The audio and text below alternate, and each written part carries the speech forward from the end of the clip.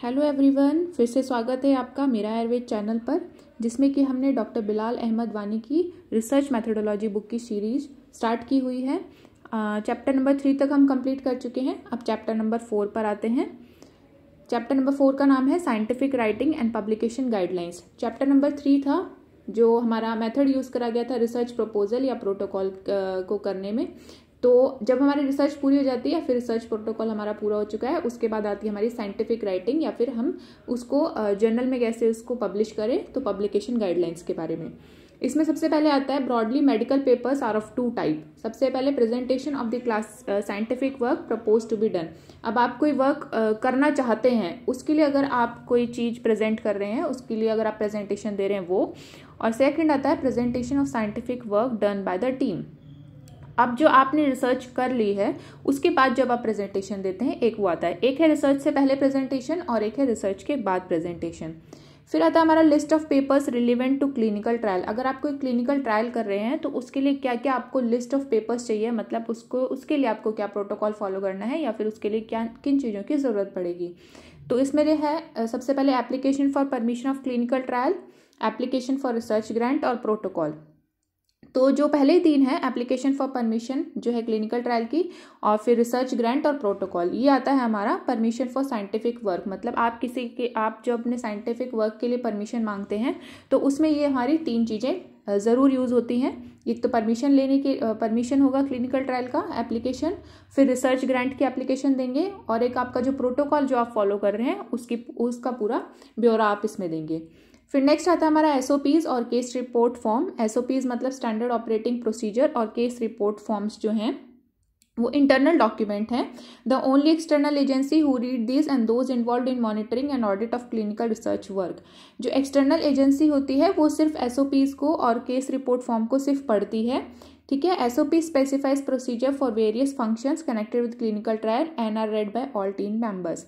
जितने भी team members होंगे जो रिसर्च कर रहे हैं, उनके द्वारा जो है स्टैंडर्ड ऑपरेटिंग प्रोसीजर्स क्या फॉलो होंगे वो पढ़ी जाएंगी। या फिर एक्सटर्नल एजेंसीज जो होंगी, जो ऑडिट करने आती हैं या फिर जो इस चीज़ को मॉनिटर करेंगी, वो आपके स्टैंडर्ड ऑपरेटिंग प्रोसीजर्स को पढ़ेंगी, या फिर केस रिपोर्ट जो फॉर्म होगा उसको पढ़ेंगी। फिर आता है हमारा कंसेंट फॉर्म, जो है वो भी केस रिपोर्ट फॉर्म का पार्ट होगा, ये याद रखिएगा।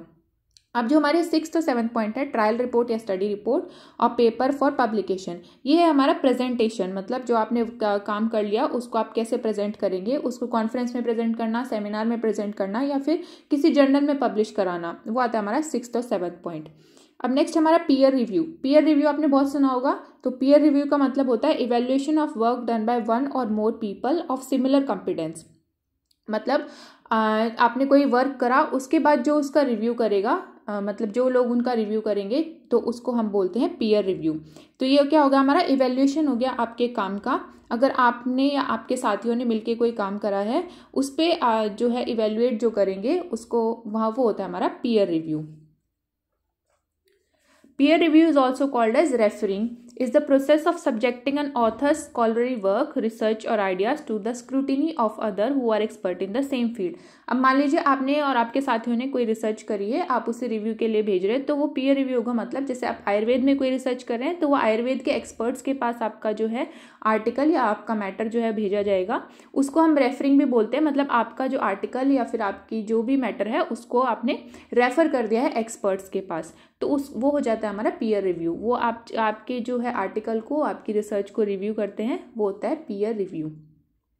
Before a paper describing this work is published in A journal और एज बुक। किसी भी पेपर को या फिर किसी भी आर्टिकल जब पब्लिकेशन में या जर्नल में पहले छपने से पहले या पब्लिश होने से पहले उसका पीयर रिव्यू किया जाता है। मतलब एक्सपर्ट्स जो होते हैं उसके ऊपर अपना रिव्यू देते हैं। फिर इंपॉर्टेंस क्या है पीयर रिव्यू का, to maintain standard of quality, improve performance and provide credibility. अब मान लीजिए पीयर रिव्यू नहीं होगा, तो कैसा भी आर्टिकल या फिर कैसी भी जो आपका मैटर है, किसी का भी मैटर है, वो जर्नल में पब्लिश होने लग जाएगा, जो कि लोगों के लिए बहुत ज़्यादा मैटर इकट्ठा हो जाएगा, जो कि वेस्ट भी हो सकता है। वेस्ट इन द सेंस कि लोगों के काम ना आता हो। तो इसलिए स्टैंडर्ड ऑफ क्वालिटी को मेंटेन करने के लिए, परफॉर्मेंस को अच्छा रखने के लिए और क्रेडिबिलिटी को रखने के लिए या प्रोवाइड करने के लिए क्रेडिबिलिटी कि ये जो आपका आर्टिकल है ये पूरा वैलिड है और जो है जो है कॉम्पिटेंट लोगों के द्वारा ये लिखा गया है, तो इसलिए हम पीयर रिव्यू करते हैं। To determine an academic paper suitability to publication, कोई भी पब्लिकेशन होता है उनके अलग सबके अपने अलग इंस्ट्रक्शंस होते हैं कि कैसे उनके जर्नल में आर्टिकल आप पब्लिश करा सकते हैं, उनके आप पहले से इंस्ट्रक्शन दिए होते हैं, उस इंस्ट्रक्शन के हिसाब से आप अपना आर्टिकल को उनके रिव्यू के लिए भेजते हैं। तो एकेडमिक पेपर की सूटेबिलिटी मतलब आपका जो पेपर है वो सूटेबल है कि नहीं उनकी पब्लिकेशन के लिए, वो भी पीयर रिव्यू में देखा जाएगा। Improve government policy, peer review में क्या होता है कि एक टेक्निक भी है कि अगर गवर्नमेंट ने कोई पॉलिसी आई है तो उसको भी एक्सपर्ट्स बैठ के एक बार रिव्यू करते हैं कि ये जो पॉलिसी है ये मतलब काम की है कि नहीं है, तो वो भी हमारा क्या है, पीयर रिव्यू ही होता है। Improve quality and safety in health care organisation, जो भी क्वालिटी है या फिर सेफ्टी है हेल्थ केयर ऑर्गेनाइजेशन में, मान लीजिए कोई रिसर्च ऐसी हो रही है कि जो बहुत ज़्यादा रिस्की है या फिर जो हमारे किसी भी बेनिफिट की नहीं है, तो उसे आप अगर पब्लिश कराते हैं तो पीयर रिव्यू मतलब रिव्यू के लिए जब हो जाता है तो पहले ही रिजेक्ट हो जाता है। अगर वो रिजेक्ट हो गया है तो फिर आपको मतलब वो रिसर्च किसी काम की नहीं है। तो इस तरीके से क्वालिटी और सेफ्टी जो है हेल्थ सेक्टर में भी इम्प्रूव होती है। अब देखिए process of peer review, author work, editor of the journal. मान लीजिए आपने कोई काम करा, आप उसके ऑथर हो गए, आपने कोई आर्टिकल लिखा तो आप उसके ऑथर हैं, फिर वो एडिटर ऑफ द जर्नल के पास जाता है, आपने मेल करा या फिर जो भी कोई साइट है किसी भी जर्नल की साइट पे जाके आपने अपना आर्टिकल सबमिट कर दिया, फिर वो जाएगा एडिटर के पास। एडिटर क्या करता है, रिव्यूअर्स या फिर रेफरीज के पास आपकी मान लीजिए कोई जर्नल है वो बायोटेक्नोलॉजी, इंजीनियरिंग और आयुर्वेदा, एलोपैथी, होम्योपैथी इन सब के आर्टिकल्स जो है सबमिट कराता है। तो जो आपने आयुर्वेद का आर्टिकल दिया है तो आपके आयुर्वेद वाले एक्सपर्ट्स के पास उसको रेफर कर देता है या फिर सेंड कर देता है। फिर जो रिव्यूअर्स होते हैं या रेफरीज होते हैं वो क्या करते हैं कि वीकनेस या प्रॉब्लम या फिर कोई भी सजेशन होगा आपके आर्टिकल में उसको लिख के वापस एडिटर को भेज देते हैं कि इस आर्टिकल में ये कमी है। फिर एडिटर क्या करता है, उनके सजेशंस को देखता है और अगर एडिटर को लगता है कि उसका भी कोई ओपिनियन है इस आर्टिकल में या फिर वो भी कोई ओपिनियन देना चाहता है तो उसको भी वो ऐड कर सकता है। फिर वो दोबारा ऑथर के पास भेजते हैं उसको कि ऑथर इसको सही करके या तो भेज दे या फिर वो ऑथर का डिसीजन होता है कि अब वो उसको आगे सबमिट करना चाहता है कि नहीं करना चाहता। अब टाइप्स ऑफ पीयर रिव्यू देखेंगे इधर, डबल ब्लाइंड और ब्लाइंड पीयर रिव्यू, ये बहुत इंपॉर्टेंट है एग्जाम पॉइंट ऑफ व्यू से। तो डबल ब्लाइंड और ब्लाइंड पीयर रिव्यू, फिर आता है एडिटोरियल बोर्ड पीयर रिव्यू, फिर आता है ओपन पीयर रिव्यू। तो डबल ब्लाइंड में क्या है, submitted manuscripts are sent outside of the journals publishing और sponsoring organisation for review by external reviewer. अब यहाँ पर क्या होगा, आपने अपना आर्टिकल सबमिट करा, एडिटर के पास पहुंचा, लेकिन अब वो जो रिव्यूअर्स होंगे वो जर्नल के बाहर से होंगे, मतलब उस जर्नल से कोई भी रिलेटेड नहीं होंगे या फिर उनकी इंस्टीट्यूट या उनकी कंपनी से कोई भी रिलेशन नहीं होगा रिव्यूअर्स का। वो कोई स्पॉन्सरिंग ऑर्गेनाइजेशन होगी जो उनको स्पॉन्सर कर रही होगी, तो वो जो है अपने हिसाब से एक्सपर्ट्स के पास भेजेगी। In double blind, neither the author nor the reviewer know each other's identities, thus ensuring impartiality. अब इसमें क्या होता है, ऑथर को भी नहीं पता होता कि कौन रिव्यू करने वाला है और रिव्यूअर को नहीं पता होता कि आर्टिकल का ऑथर कौन है। तो दोनों क्या मतलब डबल ब्लाइंड हो गए, दोनों में से किसी को नहीं पता होता कि आइडेंटिटी नहीं पता होती एक दूसरे की। फिर है editorial board peer review, submitted manuscripts are reviewed by an internal board of editor and not solely by one editor. इसमें क्या होता है, आप भेजेंगे अपना आर्टिकल को और जो जर्नल का जो एडिटर होगा वही आपके आर्टिकल को अपना ओपिनियन देगा, उसी को वही आपके आर्टिकल को रिव्यू करेगा। और क्या होता है, जनरली 2-3 एडिटर उसको रिव्यू करते हैं, जरूरी नहीं कि एक ही एडिटर आपके आर्टिकल को रिव्यू करे। इसमें है authors identity may be known और unknown to the reviewing editors. अब इसमें ऑथर की आइडेंटिटी मतलब ऑथर जो है, आपने जो आर्टिकल सबमिट करा आपके बारे में रिव्यूअर को पता भी हो सकता है और नहीं भी पता हो सकता। फिर है open peer review, submitted manuscripts are reviewed by the expert and both the experts and the author are aware of each others identity. अब इसमें क्या होता है कि आप ऑथर को भी पता होता है कि रिव्यूअर कौन है और रिव्यूअर को भी पता होता है कि ऑथर कौन है।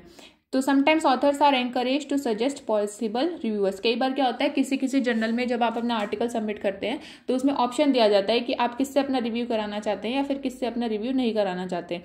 तो अगर आपको रिव्यूअर कमेटी का नाम पता है, रिव्यूअर के एक्सपर्ट्स का नाम पता है, तो आप उसमें डाल भी सकते हैं कि मैं इससे अपना आर्टिकल रिव्यू कराना चाहता हूँ या चाहती हूँ, या फिर इस पर्सन से मैं अपना आर्टिकल रिव्यू कराना नहीं चाहती या चाहता हूँ। तो वो होता है हमारा ओपन पीयर रिव्यू, जिसमें आपको अपने रिव्यूअर के बारे में भी पता होता है और रिव्यूअर को भी जनरली ऑथर के बारे में पता होता है कि इस आर्टिकल का ऑथर ये है।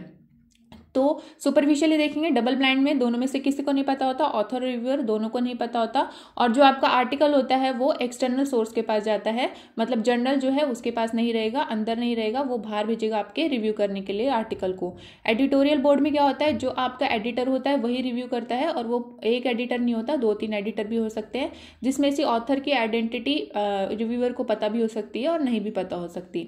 ओपन पीयर रिव्यू में क्या होता है, एक्सपर्ट्स जो होते हैं, मतलब जो रिव्यूअर होता है और जो ऑथर होता है, वो एक दूसरे को पता होते हैं कि कौन इसका रिव्यू करने वाला है या फिर कौन इस आर्टिकल का ऑथर है।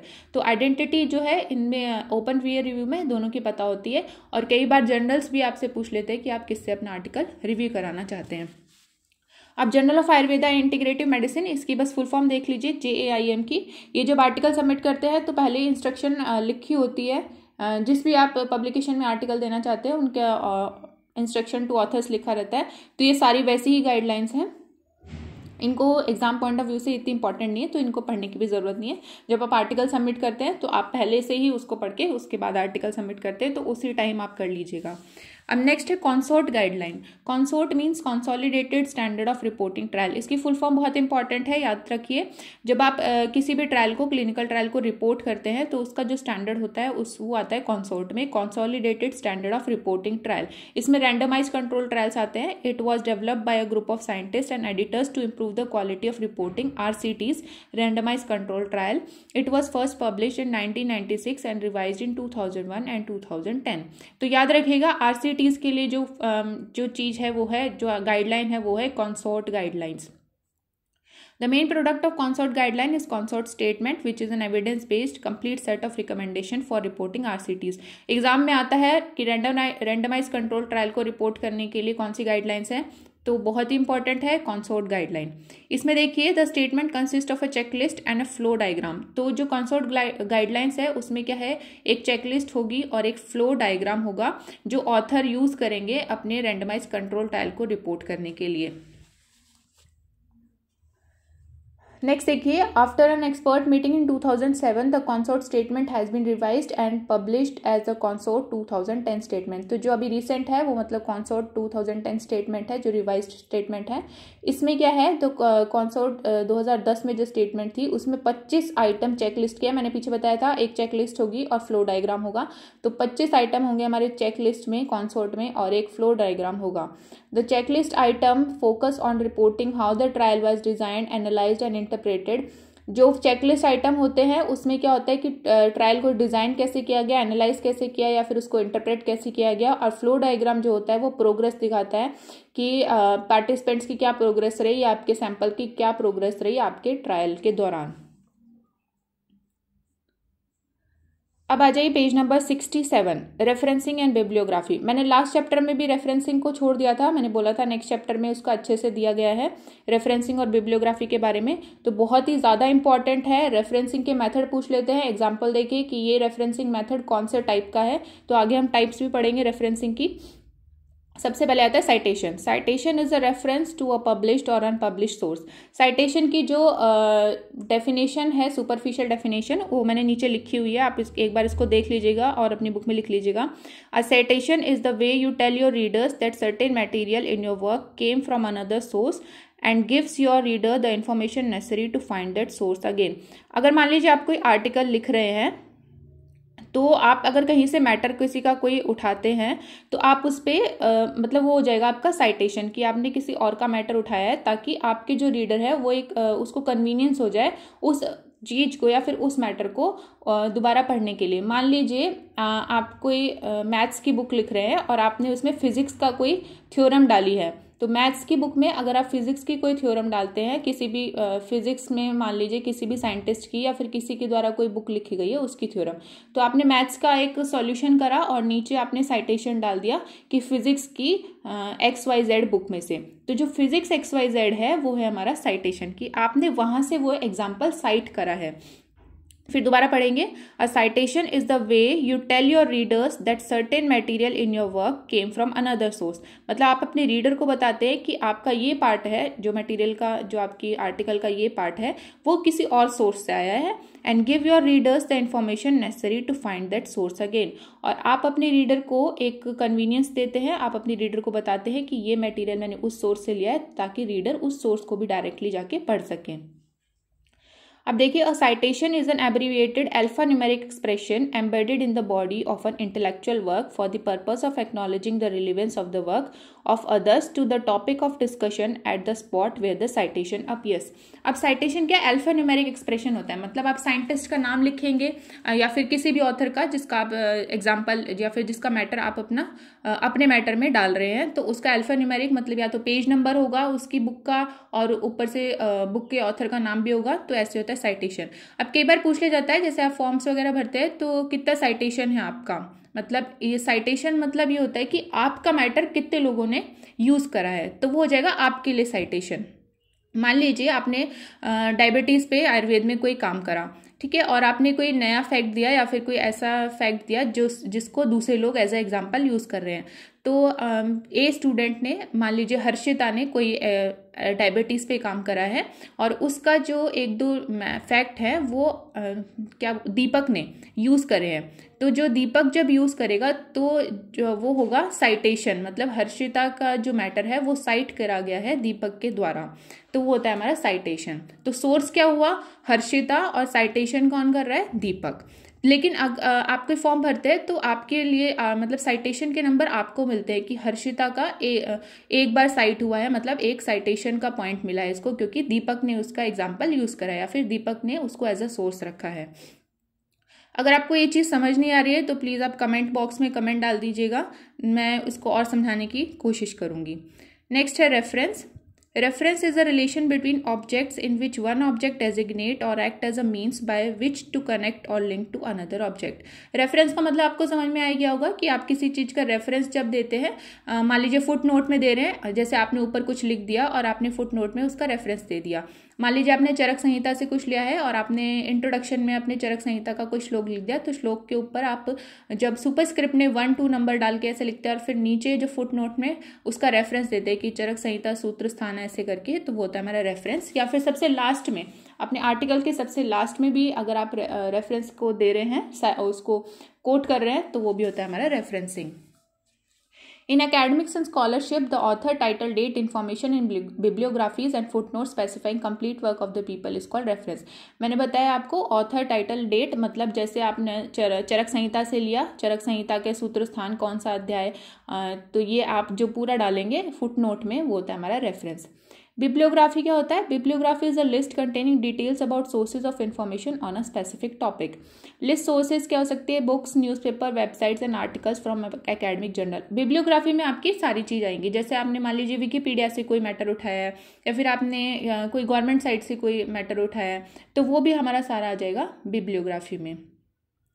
A list of documents and publication which are consulted in producing a research work is called bibliography. जितने भी आप लिस्ट यूज़ कर रहे हैं, जितने भी आप डॉक्यूमेंट यूज़ कर रहे हैं, जितनी भी आप पब्लिकेशन वगैरह भी अगर आप यूज़ कर रहे हैं, कंसल्ट कर रहे हैं किसी पब्लिकेशन को या फिर किसी डॉक्यूमेंट को कंसल्ट कर रहे हैं अपनी रिसर्च वर्क से पहले या फिर रिसर्च वर्क में काम आए जो, उसको बोलेंगे bibliography. In certain cases, researchers refer to bibliographies as references or work cited. अब देखिए सारी चीज़ें एक जैसी हैं, साइटेशन भी, बिब्लियोग्राफी भी और रेफरेंस भी। तो बिब्लियोग्राफी आपका क्या हो जाएगा कि आपने अगर कोई विकिपीडिया, किसी जर्नल, किसी आर्टिकल से भी अगर कोई चीज़ उठाई है तो हो जाएगी हमारी बिब्लियोग्राफी। रेफरेंस हो जाएगा अगर आप फुट नोट में अपने मैटर का कोई रेफरेंस डाल रहे हैं, कोई संहिता का रेफरेंस डाल रहे हैं, कोई लिटरेचर का रेफरेंस डाल रहे हैं, तो हो जाएगा हमारा रेफरेंस।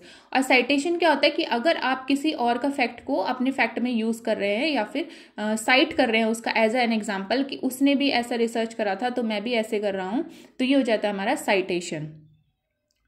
अब देखिए हमारा types of bibliography. Enumerative, bibliography by author, subject, date और सम अदर स्कीम। इन्यूमरेटिव मतलब होता है कि अगर आप ऑथर, सब्जेक्ट, डेट और किसी भी तरीके से आप लिख रहे हैं उसको, तो वो जाती है हमारी इन्यूमरेटिव बिब्लियोग्राफी। जैसे list of references in research paper, अगर आप रेफरेंसेज लिख रहे हैं रिसर्च पेपर में लास्ट में, तो उसको हम बोलेंगे इन्यूमरेटिव बिब्लियोग्राफी। एनालिटिकल क्या हुई, Printers or book sellers description of paper and binding or discussion of issues that unfolded as the book evolved as from the manuscript to published book. Descriptive मतलब क्या हुई कि आप पूरे प्रिंटर्स मतलब कौन किसने पब्लिश करा है, कौन सी बुक है, पूरा डिस्क्रिप्शन देंगे उसका, कौन सा पेपर है, कौन सा बाइंडिंग यूज करी गई है, तो वो जब आप पूरा लिखेंगे तो होती है हमारी एनालिटिकल बिब्लियोग्राफी। इसमें 3 चीज आती हैं और 3 टाइप्स की है ये। और descriptive bibliography closely examines the physical nature of the book. Descriptive bibliography मतलब आपने फिजिकल नेचर, जैसे ग्रीन कलर की बुक है, ठीक है, और ना A4 साइज की बुक है या A3 साइज की बुक है, तो वो होता है हमारा डिस्क्रिप्टिव बिब्लियोग्राफी कि आपने बुक के बारे में भी बता दिया। ये मेनली मुझे लगता है डिस्क्रिप्टिव बिब्लियोग्राफी पहले के जमाने में मैन्युस्क्रिप्टोलॉजी, जब मैन्युस्क्रिप्ट के रेफरेंस देते होंगे तब यूज होती होगी कि वो ऐसे पेपर पे लिखी गई है या वो बाहर से देखने में ऐसी लगती है, तो उसके बारे में हम जब लिखा गया होगा तो वो डिस्क्रिप्टिव बिब्लियोग्राफी होगी। Historical bibliography discusses the context in which the book was produced. अब जैसे बुक हिस्टोरिकल बिब्लियोग्राफी मतलब मान लीजिए कि इंडिया के इंडिपेंडेंस पे कोई बुक आई, इंडिपेंडेंस के टाइम पे 1947 पे कोई 1947 जो ईयर था उसमें कोई बुक आई, तो अगर आप हिस्टोरिकल बिब्लियोग्राफी लिखते हैं तो आप पहले कंटेक्स्ट देंगे उसका कि मतलब इंडिपेंडेंस वाले ईयर में ये बुक आई थी, तो वो होती है हमारी हिस्टोरिकल बिब्लियोग्राफी। फिर है textual bibliography, compares the published work to the author's original manuscript. Textual bibliography का मतलब होता है कि आपने जो पब्लिश किया है, जो पब्लिश्ड वर्क मतलब जो पहले से पब्लिश्ड जो वर्क है उसको अगर आप ओरिजिनल मैन्युस्क्रिप्ट से कंपेयर करते हैं, उसको हम बोलेंगे टेक्सचुअल बिब्लियोग्राफी। तो समझ में आ गया। डिस्क्रिप्टिव का मतलब होता है किसी की फिजिकल अपीयरेंस के बारे में बताना, मतलब किसी बुक की फिजिकल अपीयरेंस के बारे में बताना, और मेरे हिसाब से ये बहुत ही पुराने टाइम में यूज होती होगी डिस्क्रिप्टिव बिब्लियोग्राफी, कि आपने एक बुक के बारे में डिस्क्राइब कर दिया कि वो इस कलर की बुक होती है। क्योंकि पहले क्या एडिशन, प्रिंटेड एडिशंस इतने नहीं होते थे, पहले प्रिंटिंग फॉर्म में नहीं होती थी चीज़ें, पहले हाथ से लिखी जाती थी, तो बाहर जो उसका कवर पेज होता था वही हमेशा मतलब वही जो कॉपीज थी वो डिस्ट्रीब्यूट होती थी उसी कवर पेज के साथ। तो शायद इसलिए डिस्क्रिप्टिव बिब्लियोग्राफी का यूज़ करते थे कि बुक देखने में ऐसी है या फिर इस कलर की है, या फिर पुरानी जो मैन्युस्क्रिप्ट्स होती हैं उनके लिए डिस्क्रिप्टिव बिब्लियोग्राफी हम यूज़ कर सकते हैं। हिस्टोरिकल बिब्लियोग्राफी का मतलब मैंने बता ही दिया। अगर आप किसी कंटेक्स्ट में कोई बुक का रेफरेंस दे रहे हैं, मान लीजिए इंडिया के इंडिपेंडेंस के टाइम पे कोई बुक आई थी, तो आप उसके बारे में अगर बता रहे हैं तो पहले आप ये बताएंगे कि इस ईयर में, मतलब इंडिपेंडेंस जब हुआ था इंडिया का, जब फ्रीडम मिला था उस टाइम पे ये बुक पब्लिश हुई थी, तो उसके बारे में हम यहाँ पर लिख रहे हैं, मतलब उससे रेफरेंस लिया गया है। टेक्सचुअल बिब्लियोग्राफी का मतलब होता है कि पहले से जो पब्लिश्ड जो आपका मटेरियल है उससे अगर आपके मटेरियल को कंपेयर किया जाता है, मतलब पहले से पब्लिश्ड अगर कोई आर्टिकल है उससे अगर आपके जो फिलहाल जो पब्लिश होने वाला है या फिर आप जिसके ऑथर हैं उससे अगर कंपेयर करते हैं तो होती है हमारी टेक्सचुअल बिब्लियोग्राफी। अब है annotated bibliography. In this type a writer creates an alphabetical list of sources. Alphabetical list of sources मतलब A to Z अगर आप किसी चीज़ को ऑर्डर में रख देते हैं तो वो होती है एनोटेड बिब्लियोग्राफी। जैसे A से कोई रख दिया, B से आपका कोई रेफरेंस हो गया, तो अगर आप उसको अल्फाबेटिकल फॉर्म में लिख रहे हैं, मतलब ऊपर नीचे नहीं लिख रहे, तो वो होती है हमारी एनोटेड बिब्लियोग्राफी। अब आता है रेफरेंसिंग सिस्टम। रेफरेंसिंग सिस्टम जो है बहुत ही ज़्यादा इंपॉर्टेंट है, एग्जाम में आ जाता है। एग्जाम्पल देके पूछ लेते हैं कि कौन सा सिस्टम इसमें यूज़ हुआ है। तो इसमें 2 सिस्टम है। सबसे पहले आता है ऑथर डेट या फिर हार्वर्ड सिस्टम। सेकंड आता है हमारा न्यूमरिक, ब्रिटिश स्टैंडर्ड या वैनकोवर सिस्टम। बहुत इंपॉर्टेंट है। तो सबसे पहले आता है ऑथर डेट या फिर Harvard system. Harvard referencing also called as parenthetical referencing. Important है, इसका नाम याद रखना। पैरेंथिकल रेफरेंसिंग जो है, ऑथर डेट रेफरेंसिंग जो है, हार्वर्ड रेफरेंसिंग जो है, ये सारे सिनोनिम हैं। Is the citation style in which partial citations, for example Smith 2010 P1 are enclosed within parenthesis and embedded in the text either within or after a sentence। अब देखिए यहाँ पर जो लिखा है पैरेंथेसिस मतलब ब्रैकेट में वो बंद होगा जो आपका साइटेशन है। अब देखिए साइटेशन रेफरेंस बिब्लियोग्राफी में बहुत ही छोटे छोटे अंतर है, बहुत ही माइन्यूट है, तो इसलिए इसको यहाँ पे साइटेशन स्टाइल कह दिया है कि आपने किसी चीज का साइट करा है, कोई एग्जाम्पल या फिर किसी के वर्क को आपने साइट करा है। तो अगर आप साइटेशन को ऐसे लिखते हैं कि स्मिथ जो है वो ऑथर है, ठीक है, फिर आप डेट डाल देंगे कि उसने 2010 में जो बुक लिखी थी, और फिर उसका पेज नंबर डाल देंगे कि पेज नंबर 1, और इन सबको कर देंगे आप ब्रैकेट में बंद। अब इसको या तो आप सेंटेंस के लास्ट में लिखेंगे कि आपने स्मिथ का कोई सेंटेंस उठाया और उसको लास्ट में लिख दिया, या फिर सेंटेंस के बीच में आप स्मिथ के बारे में मतलब ये जो ब्रैकेट है पूरा स्मिथ 2010 P1, ये आप या तो सेंटेंस के बीच में डालेंगे या फिर सेंटेंस के लास्ट में डालेंगे। तो ये होता है हमारा ऑथर डेट या फिर हार्वर्ड सिस्टम या फिर पैरेंथिकल रेफरेंसिंग। देखिए, parenthetical referencing can be used in lieu of footnote citations. अब क्या करते हैं हम, पैरेंथिकल रेफरेंसिंग हम फुटनोट साइटेशंस में भी यूज कर सकते हैं। मतलब जरूरी नहीं कि आप सेंटेंस के लास्ट में या फिर सेंटेंस के बीच में ही आप इस रेफरेंस को डालें, आप इसको सबसे लास्ट में यानी फुटनोट में, पेपर के सबसे नीचे भी आप अपने पैरेंथिकल रेफरेंसिंग या हार्वर्ड सिस्टम ऑफ रेफरेंसिंग या फिर ऑथर डेट रेफरेंसिंग को डाल सकते हैं। This system is recommended by American chemical society. बहुत इंपॉर्टेंट है कि हार्वर्ड सिस्टम जो है अमेरिकन केमिकल सोसाइटी से रिकमेंड हुआ था and the American psychological association. अब देखिए, इन टेक्स्ट साइटेशन, अब अगर आप टेक्स्ट के बीच में कोई साइटेशन कर रहे हैं तो कैसे करेंगे हार्वर्ड सिस्टम में। इसमें वही चीज लिखिए, ऑथर का सरनेम लिखेंगे, ठीक है, ईयर ऑफ पब्लिकेशन लिखेंगे, page number, of range in parenthesis. Of range in parenthesis मतलब ब्रैकेट के अंदर सबसे पहले ऑथर का सरनेम लिखेंगे, फिर 2008 और P1 ऐसे करके। मान लीजिए मेरी कोई बुक है, ठीक है, और उसमें हम क्या करेंगे, मेरी बुक अगर मान लीजिए 2023 में अगर वो पब्लिश हुई है तो उसका अगर हम हार्वर्ड सिस्टम से साइट करेंगे किसी और टेक्स्ट में तो कैसे करेंगे, दीक्षित 2023 और पेज नंबर 1 ऐसे करके आप साइट करेंगे। मतलब जिस भी जहाँ से भी आपने वो एग्जाम्पल उठाया, जहाँ से भी आपने वो फैक्ट उठाया है मेरी बुक में से, तो उसका पेज नंबर आप डाल देंगे यहाँ पे। फिर है थर्ड पॉइंट, देखिए, if there are 2 authors cite both authors surname in the text. अब मान लीजिए मेरी बुक के साथ कोई और ऑथर भी है तो फिर आप उसमें दोनों ऑथर के सरनेम डालेंगे ब्रैकेट के अंदर। If there are more than 2 authors, then give all the author detail in the first citation and in all subsequent citation give only first author's name followed by et al. अब देखिए, जो कई बार आपने देखा होगा, जितनी भी आपने साइंस की बुक्स पढ़ी होंगी, जैसे आइंस्टाइन एट एल या फिर न्यूटन्स एट एल, तो जब आपने मान लीजिए आपने कोई साइटेशन उठाया, मान लीजिए न्यूटन का कोई साइटेशन उठाया, तो आपने न्यूटन और उसके साथियों का कोई साइटेशन उठाया, न्यूटन एंड ग्रुप का, तो न्यूटन और उसके जो साथियों के सारे नाम है वो आप फर्स्ट साइटेशन में सबके सरनेम डालेंगे जो आपका फर्स्ट साइटेशन होगा।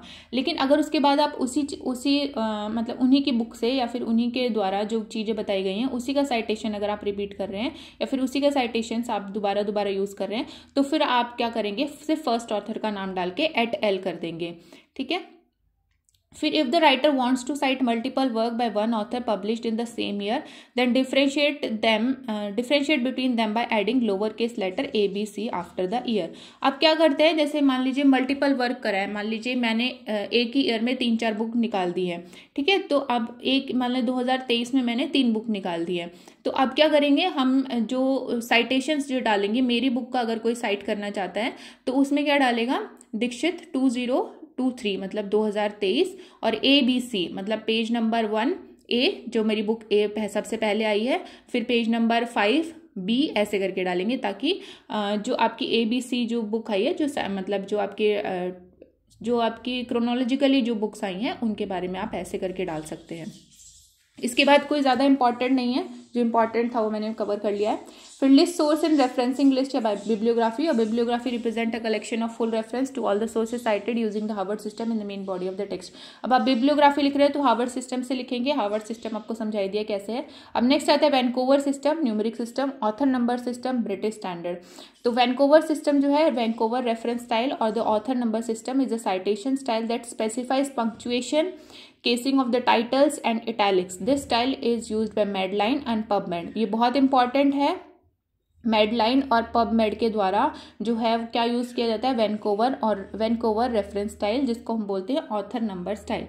अब देखिए इन साइटेशन टेक्स्ट कैसे होगा इसमें, मतलब इन टेक्स्ट साइटेशन, जैसे references are number consecutively in order of appearance in the text. They are identified by Arabic numerals in parentheses, जैसे 1 स्क्वायर ब्रैकेट, सुपरस्क्रिप्ट और कॉम्बिनेशन। अब जैसे हम थीसिस लिखते हैं, जिन लोगों ने थीसिस लिख चुके होंगे जो, उनको अच्छे से पता होगा कि हम वैनकूवर रेफरेंस स्टाइल ज़्यादातर यूज़ करते हैं, जैसे अरेबिक न्यूमरल्स हम जो हार्वर्ड सिस्टम है वो हम बिब्लियोग्राफी में यूज़ करते हैं। जिसने भी जो भी लोग थीसिस लिख चुके हैं या फिर जो भी लोग अपने आर्टिकल सबमिट कर चुके हैं उनको पता होगा कि जब हम बिब्लियोग्राफी में या फिर लास्ट में जब हम रेफरेंस देते हैं तो वहाँ पर हार्वर्ड सिस्टम यूज़ करेंगे।